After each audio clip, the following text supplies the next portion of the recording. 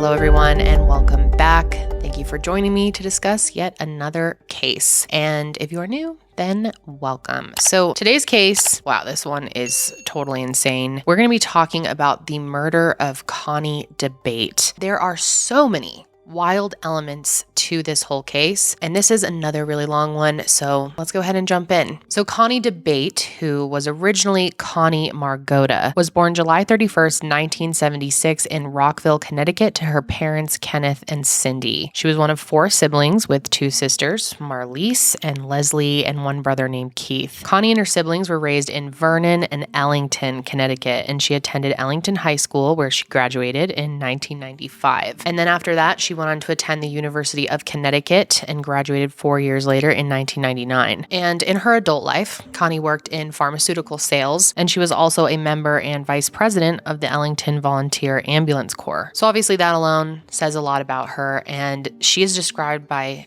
everyone that knew her as someone who was extremely kind, generous, giving, and loving. Obviously, as you can tell from her years of volunteer work, Connie was someone who was willing to give you the shirt off her back. And she was always doing things for people that she loved. And this was just one of the many reasons why she was so popular. Connie had a lot of friends, and most of these people considered her their best friend. And people say whether you knew her for years or had just met her, you instantly got the sense that she was a good person. She was known to be trustworthy, kind, giving, warm, and had the ability to make those around her feel really good. So in the early 2000s, when she told her friends that she had met someone, they were all really happy for her. And that someone was Richard Dabate. She was excited that she had met this handsome Italian man, and her loved ones say that once the two of them got together, it was game over for anyone else. Richard, who also went by Rick, was also a very family-involved person, and his parents said from the moment they met Connie, they knew that she was going to be the one. And the two of them ended up getting married in 2003 and went on to have 2 sons, RJ and Connor. And they also bought a big, beautiful house in Ellington located at 7 Birchview Drive. And on the outside, everything about their lives looked picture perfect. But as we know, in so many other cases, sometimes things are very different than they appear. So 2 of Connie's best friends lived in the neighborhood as well, Peggy and Darlene. And it was really convenient because their husbands really got along with Rick, and they all spent a bunch of time together. And Peggy and Darlene have talked a lot about how they always had seen Rick as the perfect husband, that he treated Connie like a queen and put their own husbands to shame. Rick really doted on Connie for many, many years and made her feel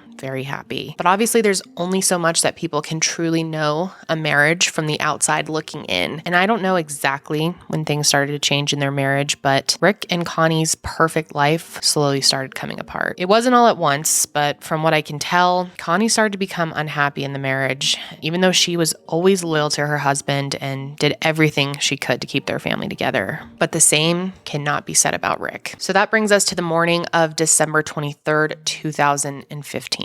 This was a normal day for them, a morning like any other, as far as Connie knew at least. Around 8:10 a.m., Rick took his 2 sons to the nearby bus stop, and meanwhile, Connie was at home getting dressed to go to a cycling class at their local YMCA. And according to one of Rick's versions of events, which buckle up because there are many, he returned home from the bus stop and changed into his work clothes before getting into his car and starting his 40-minute drive to work. He says that he had left the house around 8:30, but it didn't take him long to realize that he had actually left his laptop back at home, and obviously he needed that for work, so he turned around and went back to get it. But at the same time that he realized he had left the laptop at home, he said he also got an alert that his home security system had been triggered and the alarm was going off. Rick says that he then pulls over and emails his supervisor to let them know that he is going to be late to work. In his email, he writes that the alarm system had gone off at home and that standard protocol for the security company was to alert the authorities and then they would send an officer to the scene. Basically, he just needed to get home, check things out, let the officer know that everything's okay, and then he would be on his way to work. Rick then states that he got home sometime between 8:45 and 9 a.m. and then immediately upon returning home, he heard a sound coming from his upstairs bedroom. At first, he says that he thinks the sound was caused by one of their cats, who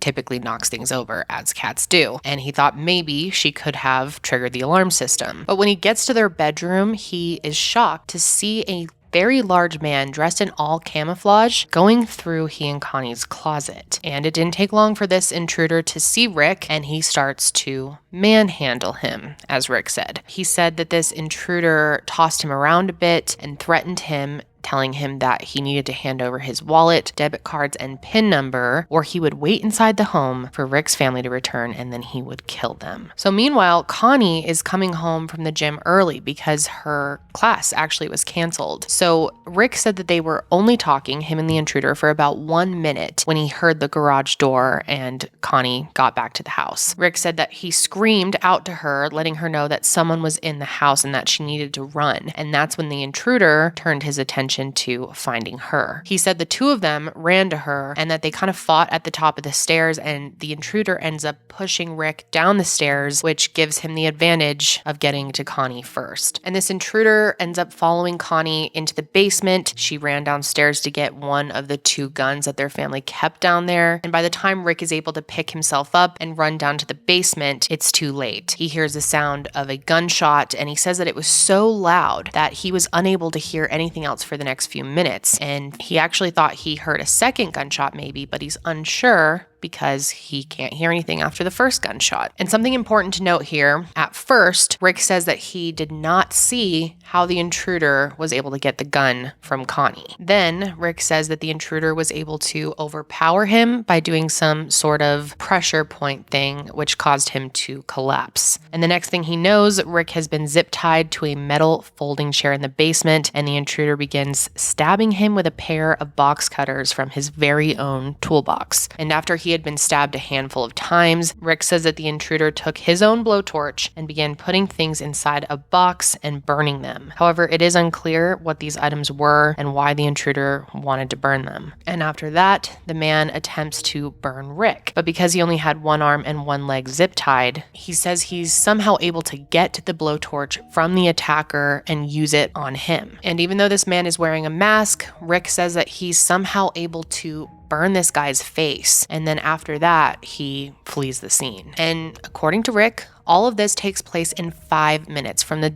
second he walks through the door till when the intruder leaves, all of this happened in 5 minutes. So keep in mind, according to his story, if he returned home between 8:45 and 9, all of that couldn't have taken place any later than 9:05 a.m. However, it wasn't until 10:16 that morning that Connecticut State Police received a call from the Live Watch security company, alerting them that an alarm had been triggered at 7 Birchview Drive. Troopers were dispatched, and 5 minutes later, a 911 call came in from Rick Dabate's cell phone stating that he needed help. And a member of the Ellington Fire Department was the first to arrive at the scene. And he noticed that the front door was left open, but the storm door was still shut. And he knocked and no one answered, so he entered the property. And when he did, at first he noticed that it was somewhat smoky in the house. And then he noticed that the basement door was open and there was a trail of blood leading from the basement to the kitchen. And when he gets to the kitchen, he sees Rick, who is still zip tied to the folding chair, and he's lying face down on the kitchen floor. He asks if Rick can hear him, and Rick responds and says he's still in the house. And obviously when he hears that, he immediately requests backup and he reports the crime as a home invasion. And it wasn't long until dozens of officers were processing the scene and looking outside for this person. And even Darlene, one of Connie's closest friends who lived nearby, had her home searched, and they actually had her and her family hide in the bathroom while this was going on. And they're thinking that there's an intruder running around, so they're terrified. And at the house, officers made note of everything that they saw. Rick was still lying on the ground when investigators took photos of his condition, noting that only his left wrist and his left ankle had been tied to the chair, leaving his right arm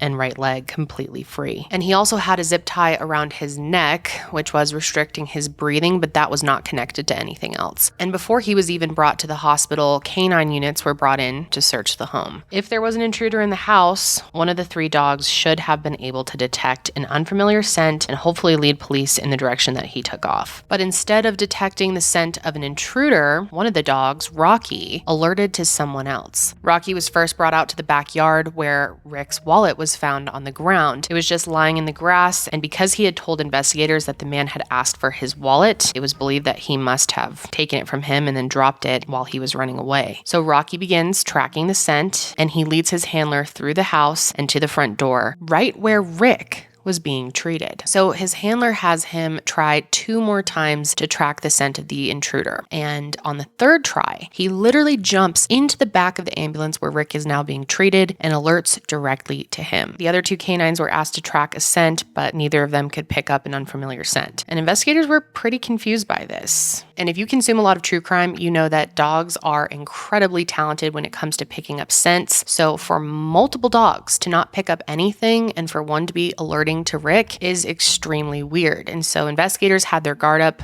immediately. So soon after this, Rick is rushed to Hartford Hospital and was treated for his injuries, which only ended up being minor superficial wounds. And it was right there in his hospital bed that Rick was questioned for the first time. So as he's sitting there describing his attacker to police, he says that this person was very large, 6'2", bulky, and sounded like Vin Diesel. Yeah, Vin Diesel, actor Vin Diesel, Fast and Furious Vin Diesel. And he wasn't able to provide too much information about what this person looked like other than their build and their height because they were wearing camouflage, a mask, and gloves. So he didn't see his race or what hair color he had or anything like that. Then Rick tells investigators that he witnessed this person shoot his wife in the basement. And Connie's body was found in the boiler room of their basement. She had been shot once through the stomach and again through the back of her head. And sadly, she was pronounced dead on arrival. And Rick said that he had no idea she was dead until he heard detectives say that the body was DOA. And the questioning of Rick did not stop after his first initial run-through of events. Investigators had a lot of clarifying questions, and they were already starting to see Rick's story change. The version of events that I just went over with you was just Rick's first story. The more questions they brought up, the less his story made sense. For starters, Rick began to say that he was no longer certain what time he actually left for work. He just said it was sometime between 8:10 and 8:30. And after he left, he then turned around to grab his laptop, which is also when he got that notification that the alarm system inside his home had been triggered. And when he was asked if he had set the alarm system that morning, he didn't have an answer. He said that he played around with it, turning it on and off, but he couldn't remember if he was the one to turn it on before leaving or if Connie was the one to do it. It would make sense for Connie to have turned on the alarm system when she left for the YMCA because Rick originally said that he left first and then she left after him. But he changed his story and said he couldn't remember who left first, so therefore he couldn't remember who turned on the alarm. He then goes on to say that when he first entered the home to see what was going on with the alarm, he didn't see or hear anything at first. It wasn't until a few minutes later that he walked upstairs and saw his bedroom door and a light on that he went inside to check it out. And it was then that he came across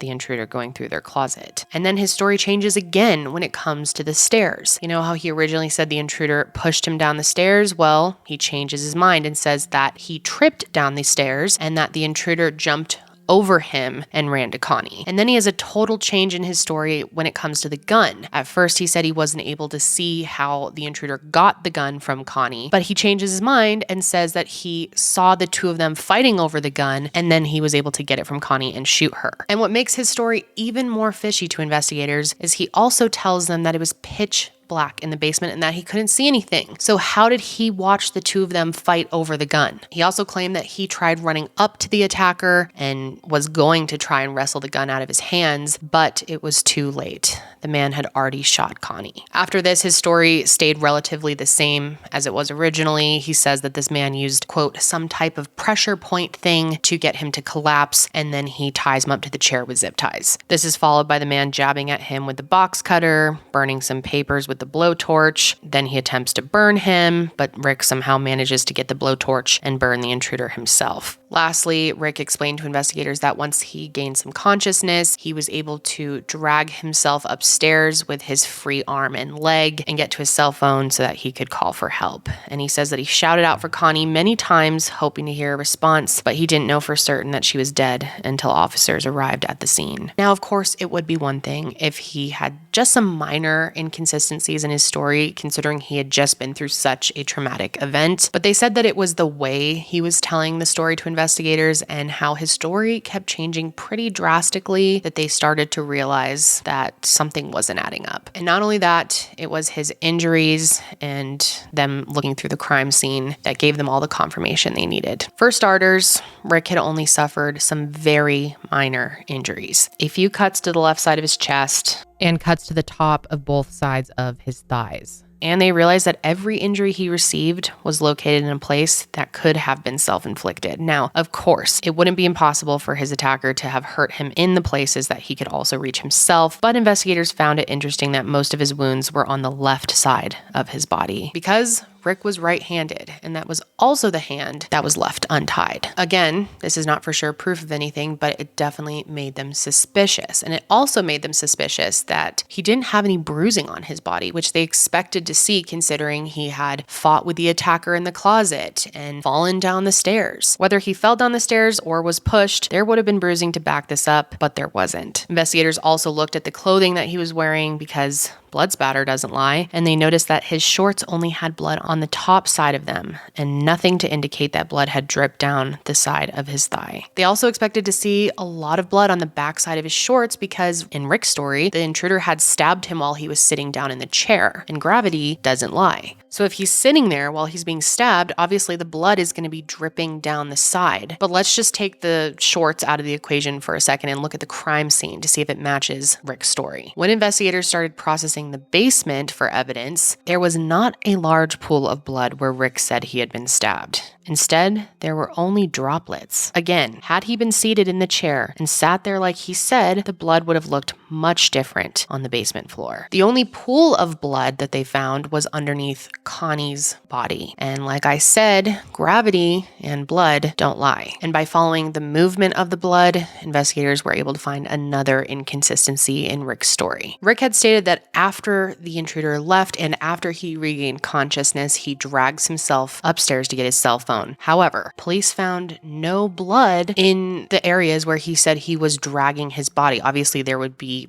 blood left behind. The only place in the house where there were bloody drag marks was in the kitchen. Everywhere else, it was just droplets, indicating that he'd walked up the stairs. And yes, again, this doesn't necessarily prove guilt, but why would you lie about this? If he managed to walk to the top of the basement stairs and then collapsed once he got to the kitchen, why wouldn't you just say that? Also, investigators started wondering why he would have the energy to get himself up to the kitchen, but didn't have the energy or the interest to go and check on his wife. And this wasn't the only interesting thing that investigators found while they were processing the crime scene. It was also noted that a window in the basement was open, making detectives believe that this was likely how the intruder got into the house. Because besides this, there was no sign of forced entry, but something about this window seemed off. First of all, the locks on the windows had been removed from the inside and had just been left there. Unless Rick and Connie were replacing the locks, I don't see why the locks would be left off of the windows. Also, for someone to open the window from the outside, they would need to use some force to get through. And knowing this, one of the detectives demonstrated opening another one of the basement windows from the outside, and this window also had locks that were removed. And when he did this, the glass completely shattered. So obviously, if the intruder did come through the window, there would have been glass underneath. Also at the crime scene, investigators found the stainless steel revolver that was used to shoot Connie, and this did belong to Rick. And I know it sounds like a lot happened that day, and it did, but it doesn't stop there. I know I just went through some of the crime scene and what they found, but I want to jump back to Rick in the hospital being interviewed because it gets more interesting. After he finishes describing what had happened that day, investigators start asking him about his relationship with Connie. And he starts saying that things between them were pretty good. But he mentioned that she'd been angry lately, specifically that she'd been struggling with depression, but seemed to be slowly coming out on the other end of it. So detectives asked him if their investigation would reveal any more problems in their relationship. And Rick said yes and no. And then he went on to describe in detail the affair that he had been having. Rick explains that he and Connie wanted to have a third child together, but due to health reasons, Connie was unable to get pregnant. And after several failed attempts, the two of them came up with an alternative idea. Rick then explained that he had an old friend from high school who had recently gotten divorced but was wanting to have a baby of her own. Now, I'm going to give this woman a different name for the sake of protecting her identity, although I know her name is out there, so if you really try, you can find it. I'm going to be calling her Hannah. So Rick says that the three of them, Hannah, Connie, and Rick, as a group, decide that they are going to use Rick's sperm to get Hannah pregnant. But Rick tells investigators that the process of donating sperm and then inseminating her was too expensive. So they decide to do things in a bit of an untraditional way. The three of them decide together that they're going to do this the old-fashioned way. So if it's not already obvious, Rick explains that he had sex with Hannah and gets her pregnant, and that Connie is completely fine with all of this. And not just completely fine, he explains that in a way the whole thing was her idea and that the three of them would be co-parenting this baby. And if you are thinking, what the fuck, you are not alone. This is so bizarre that he even tried to convince investigators that this is how it went down. Detectives also could not believe what they were hearing, and they had quite a few follow-up questions. And of course, because why wouldn't it? His story started to change once again. Rick starts to explain in more detail that he had known Hannah since high school and that the two of them had only ever been friends. He tells investigators that their baby is due February of 2016, but when he's asked if his wife knew about the baby, he couldn't give a straight answer. Literally just minutes before, he's telling them that all of this was Connie's idea, in a way. And then, as he's questioned further, he can't really tell them whether or not she even knew about the baby in the first place. Then he starts telling investigators that the two women had never spoken, which literally makes no sense because minutes before this, he is telling them that the three of them are going to raise this baby together. And when they asked if Hannah was okay with this whole co-parenting situation, Rick says yes, but also she was not. Which one of these stories is true? Was she okay with it? Was she not? Did Connie know? Was it Connie's idea? Did she have no idea? He's making no sense at this point. In the end, he admits that he had been cheating on Connie with Hannah for several years and that the pregnancy was not planned, it was unexpected. And if you have 100 alarm bells going off in your head at this point, you are not alone. Detectives even told Rick that everything he had been saying since they got to the hospital didn't match up with the crime scene, and they were basically skeptical of everything he said. And you know what his initial response was? He said, okay, that's it. That's all he said. He did go on to state that he wasn't responsible for shooting his wife and that he understood that detectives had to grill him anyway. But like, really, dude? Obviously, to better corroborate his story, detectives track down Hannah and ask her for a statement. And she actually gets them a statement that same day by 9:45 p.m. This is a written statement, and Hannah said that their romantic relationship first started in spring of 2015. And even though she did know he was married, she was under the impression that he and Connie were getting a divorce. And of course, she was under that impression because that's what Rick told her. He said that they had both been unhappy for years, and it was a mutual divorce. And Hannah said that she found out she was pregnant on June 18th, 2015, and confirms that it was unexpected and that she waited until August to tell Rick. And once she did, he told her that he had just hired a divorce attorney. And another spoiler alert, he didn't. And she also explains, to the best of her knowledge, Rick and Connie were not planning on having any more children together, which basically throws away the whole notion that the three of them planned to co-parent this new baby together. Hannah even tells detectives that the two of them went to Vermont together a week before Connie was murdered. And during this little trip, she and Rick planned how they were going to tell Connie about the baby. And Rick told Hannah that he wanted to wait until after the holidays, and this is also when he'd be serving her with divorce papers. And detectives wouldn't learn this until February 23rd, 2016, when they interviewed this divorce attorney, Brian Murphy. But they found out that not only did Rick not have divorce papers drafted, but he only met with this guy once and never even hired him. So clearly, they know at this point that there was no pending divorce. It's safe to say that the investigation into Connie's murder took a very specific direction right away. However, the intruder theory was all that the public knew, and people that knew Rick said that they never would have thought he would be involved in Connie's murder, and they just had assumed that an intruder had actually done this. But from the beginning, investigators had a strong sense that the person responsible for her murder was her own husband. But of course, they need to look into all possibilities, so they did look into one person that was kind of an enemy to the Dabate family. That year, Connie and Rick had actually sued their contractor in small claims court. They had a ton of issues with this contractor, normal contractor bullshit that most of us have probably dealt with, but a little more extreme. He was a pretty difficult person for them to deal with. From what I gathered, there was a dispute with the cost of the work not being done correctly, and it caused some drama between all of them. And Connie had even expressed to her friends that she was afraid of this contractor, especially after her car had been vandalized 2 times that year, and she thought it was the contractor. They couldn't confirm that it was the contractor who vandalized the cars, but they ramped up their security. That's when they got their alarm system and also purchased guns. In fact, he told investigators that purchasing the guns was Connie's idea. So when they were interviewing friends and family and asking if there was anyone out there that would want to hurt Rick and Connie, several people brought up this contractor, but they were able to rule him out very quickly. Not only did he have a strong alibi for the morning of the attack, he also did not fit the description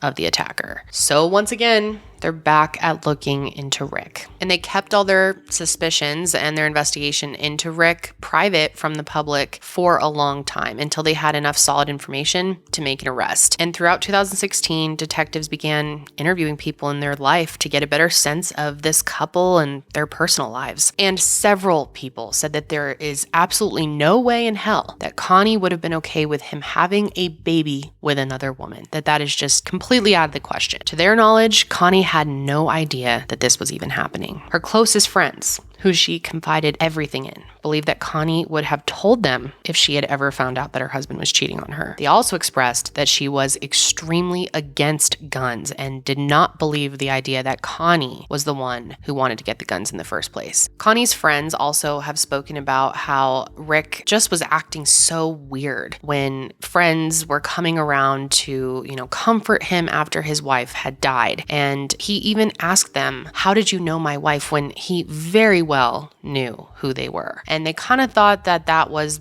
because he was so traumatized. They tried to, explain this to themselves because, of course, they thought he was an amazing husband, and the idea that he killed Connie never crossed their minds. Also, when she was buried, her friends stayed at her grave for a while, and they said they couldn't even remember if Rick had been there, if he had even gotten out of the car when she was actually lowered into the ground, which they said that they assumed he did, but it was all kind of blurry. They had a lot of emotion going on, but they know that they were the last ones there, and they just felt like they could not leave her, that it was so upsetting, and they couldn't understand how Rick was able to walk away so easily. And there were a lot of strange things about his behavior. Just, he did not have the emotion that you would expect when your wife was just brutally murdered. And at one point, he texted a bunch of the neighbors and asked them where they normally get takeout. And they just thought that was so weird. Why is that your concern right now? When your wife was just murdered, you're wondering where to get some food? And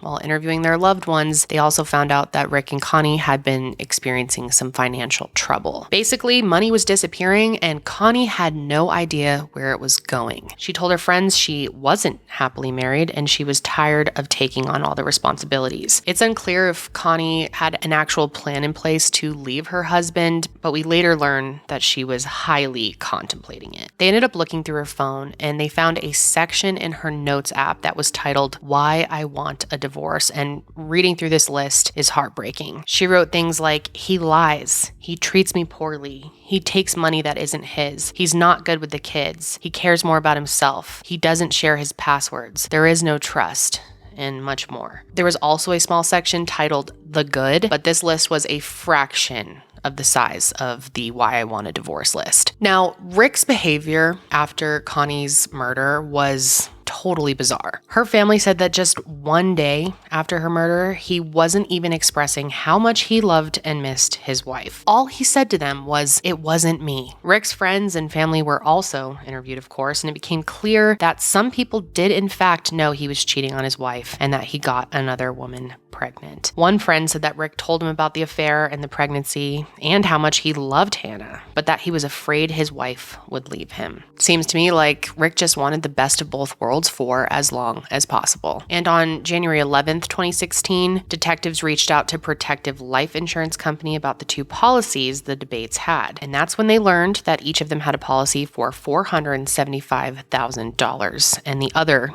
was listed as the beneficiary. And although Rick's policy policy was canceled back in 2012 for lack of payment, Connie's policy was still active. And of course, what do you know, only 5 days after her murder, Rick made a claim on her policy and was looking to cash in on $500,000. And on top of that, only 1 month after her death, Rick collected over $75,000 from her employer. So as 2016 and early 2017 went by, detectives executed several search warrants, including the records of Hannah and Rick's phones, the records for the home security system, Rick's Microsoft tablet, and most importantly, the records from Connie's Fitbit. And ultimately, it was information from these records that proved who the killer actually was. And I'm going to break this down piece by piece. While looking into the records on Hannah's phone, detectives were able to dig super deep into the lies that Rick was telling. And he was constantly telling Hannah, reassuring her that he was going to leave his wife and that they were going to live happily together in the end. Just days before the murder, Hannah had asked Rick why he and Connie had taken a trip together earlier that month without the kids. And she had seen photos from Facebook and thought it looked pretty romantic. But of course, Rick has the perfect story to calm her nerves. He told her that his uncle died and they had to go collect some of his belongings. Rick told Hannah that the only reason Connie went was so that he could bring up the divorce, and the reason she posted it to Facebook was because she wasn't ready to go public with their breakup yet. And get this, Rick tells her that he and Connie were reading a book about modern divorce, and that one of the steps it tells you to take is to post pictures on Facebook and social media like everything is fine, and then delete them after. He told her that it helps with putting the past in the past, and somehow Hannah bought this and actually apologized to him for questioning him. Of course, Rick's phone records were also looked at, and once again, detectives could see what a liar this man was, because he was texting his wife, "I love you," and at the same time texting Hannah, "I love you." And Rick's final text to Hannah was the night before he murdered his wife. And he wrote, "I'll see you tomorrow, my little love nugget." So now I'm going to talk about the records that were really the nail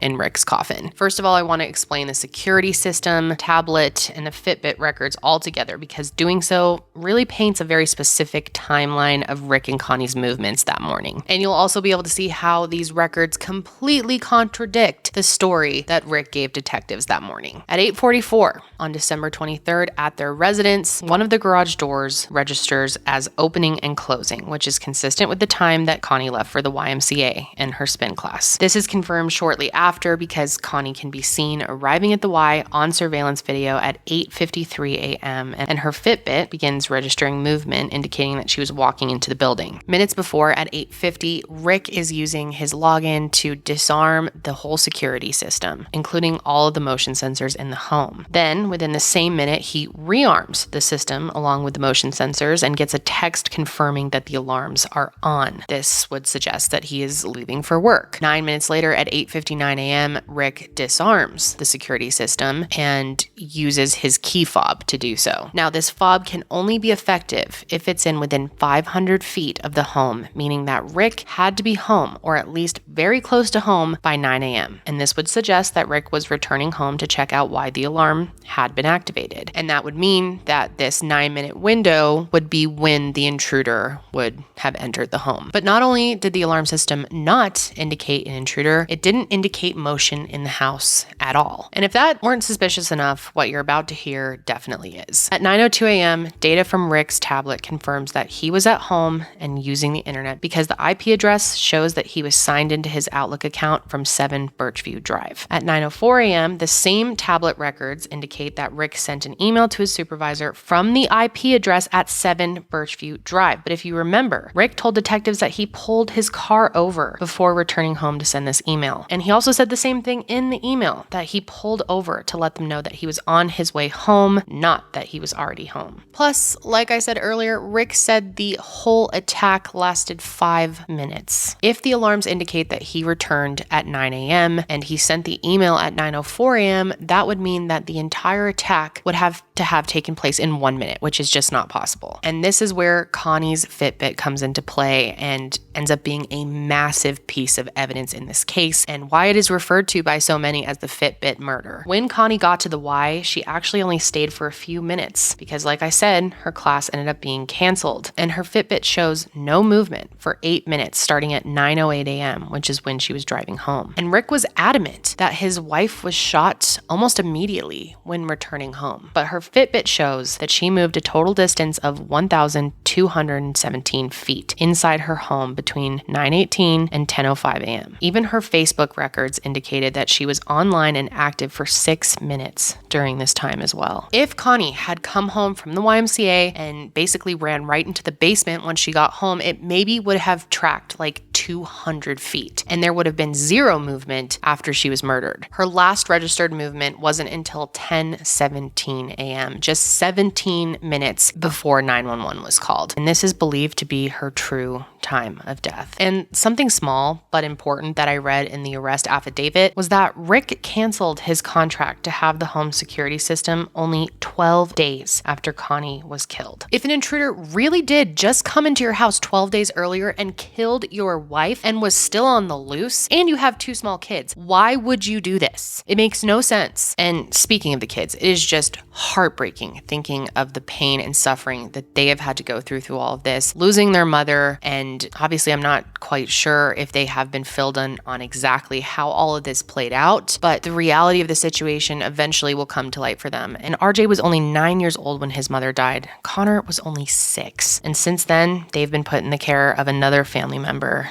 and my heart just breaks for them. So after listening to all of that, I'm sure you feel the same way that I do about Rick. This guy is a total piece of shit. But even as investigators were uncovering all of this incriminating information, the public still had no idea at this point who Connie's killer was. And it actually wasn't until April 14th, 2017, when Rick was arrested, that everyone learned the truth. Richard Dabate was arrested and charged with murder, tampering with evidence, and making a false statement. Husband arrested, charged with murdering his wife more than a year ago. Thank you so much for staying up with us at 10 o'clock. I'm Lorenzo Hall. And I'm Audrey Kuchin. Connie Dabate, an Ellington mother of 2, brutally murdered in her home 2 days before Christmas. Well, tonight, finally, a break in that case. Standing stone cold before a judge in Rockville Superior Court, Rick Dabate was arraigned this afternoon on charges of murder, tampering with evidence, and providing false statements to police. Dabate was arrested Friday, accused of murdering his wife Connie in their Ellington home 2 days before Christmas in 2015. The arrest warrant reveals details of Dabate's affair with a friend from high school whom he got pregnant. Police do not believe Connie knew about the pregnancy and say she and Rick were arguing about a cable bill the night before her murder. During a status hearing, the state argued that the bail should be set at $5 million, considering the fact that his entire family comes from wealth. The defense, however, of course, reminded the judge that he was a father with no criminal history and deep ties to the community. Mr. Dabate has no criminal record. He's 40 years of age. He has deep roots in the community. In the end, his bail was only set at $1 million, which he posted right away. Dabate is charged with murder, tampering with physical evidence, and making a false statement in the killing of his 39-year-old wife, Connie, 2 days before Christmas in 2015. He remains free on bail after being arrested in April 2017. And Dabate has maintained his innocence, telling investigators a masked man shot his wife at their home and tied him up. Prosecutors say Dabate staged the home invasion. And as for a motive, they believe he had affairs and was concerned about the consequences of a potential divorce. And even though you probably think that this case is pretty straightforward and so the trial would be, it actually took 5 years to get a conviction. Rick's trial ended up being postponed 2 times before finally beginning in April of 2022. His trial was first postponed in 2020 because it was supposed to start right when COVID hit. And then his trial was postponed again when his lawyer, Hubert J. Santos, passed away. Finally, when things were supposed to pick up again, the judge decided a new jury needed to be selected because too much time had passed since the last group was chosen. In the nearly 6 years since Connie died, the case has faced setbacks. One of Dabate's lawyers died in June. Then in August, a judge dismissed all jurors and ordered new ones be selected, reasoning it had been too long since they were seated before the pandemic shut down courts. Those matters need to be dealt with before the case finally makes it to trial. And as the years went by, the media attention on this case got bigger and bigger. And the fact that Connie's Fitbit was a major piece of evidence was something that the public really latched onto. Obviously, now the use of personal health trackers is only getting bigger. So for Connie's to be one of the reasons why her killer was put in jail was a really big deal.